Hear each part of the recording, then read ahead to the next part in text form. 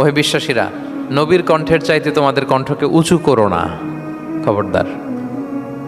যদি করো, নিজেরা নিজেদের সাথে যেভাবে কথা বলো, নবীর সাথে যদি এভাবে কথা বলো, তাহলে তোমাদের সব আমলগুলোকে বাতিল করে দিবে কে?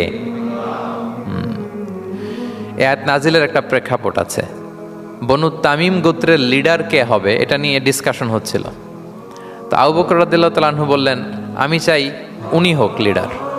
ওমরে ফারুক বলে, না না না, উনি না, আপনি বুঝতে পারেন নাই, আমি চাই ইনি হোক। আবু বকর বলে, ওমর তুমি ঠিক বলো না, আমি বললে তুমি খুলে উল্টাটা বলো, উনি হলে ভালো হয়। আর ওমরে ফারুক বলে, না না না, উনি না, উনি হলে। এই যে উনি উনি করে দুইজন তর্ক বিতর্ক করতে করতে ওনাদের কণ্ঠটা রাসূল সাল্লাল্লাহু আলাইহি ওয়াসাল্লামের কণ্ঠের চাইতে একটু উঁচু হয়ে গেল, যেটা দেখতে অনেকটা অশোভন ছিল, সুন্দর দেখাচ্ছিল না। তো রাসূল সাল্লাল্লাহু আলাইহি ওয়াসাল্লাম সামনে বসা, ওনার সামনে উঁচু গলা করে কেউ কথা বলবে, এটা আল্লাহ বরদাস্ত করলেন না।